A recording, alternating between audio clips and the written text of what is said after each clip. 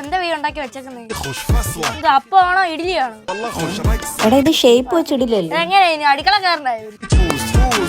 എന്ത് പശവത്തോട്ട് ചേച്ചോ ഇതിന് വെന്തില്ലയോ? ഞാൻ പോവാ പിന്നെ. കിങ്ങിണിയേ, നീ ഇവിടെ ഇരിക്കുവാന്നാ? എന്റെ കൈ പൊള്ളിയിരിക്കുന്ന എനിക്കറിയാവോ?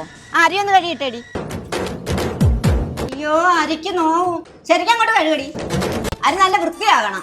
അരി ഇനിയും വൃത്തിയാവണം. വൃത്തിയാക്കാം. അയ്യോ നീ എന്താ കാണിക്കുവത്? രണ്ട് സോപ്പിട്ട് കഴുകി നല്ല വൃത്തിയാക്കിയിട്ടുണ്ട്. ഇനി ഈ അരി വൃത്തിയായില്ല നമ്മൾ പറയത്തില്ല. എന്റെ ഈശ്വരാ, അയ്യോ കുരുങ്ങിയോ? ഈ വരൽ ഇവിടെ അല്ലല്ലോ വരേണ്ടത്.